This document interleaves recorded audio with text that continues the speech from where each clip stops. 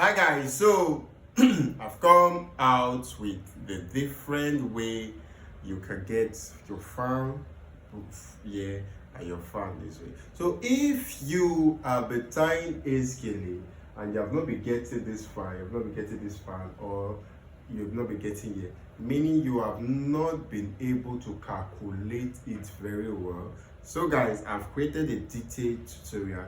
All you need do is to comment Giddy, we want this tutorial. Just say yes, I want this tutorial, and I will drop it of how I did this time. You understand? I know gele is one of the most trendy bridal gele that don't go out of fashion. So a lot of you need to learn how to tie it, to get this shape, to get the fan, to get this fan. All you need to do is just comment yes, we need this tutorial, and I'll drop it on my YouTube and on my Facebook page. So let's go, guys. Let's do it the Giddy way. You need gele. Let's do it the Giddy way. Oh shit.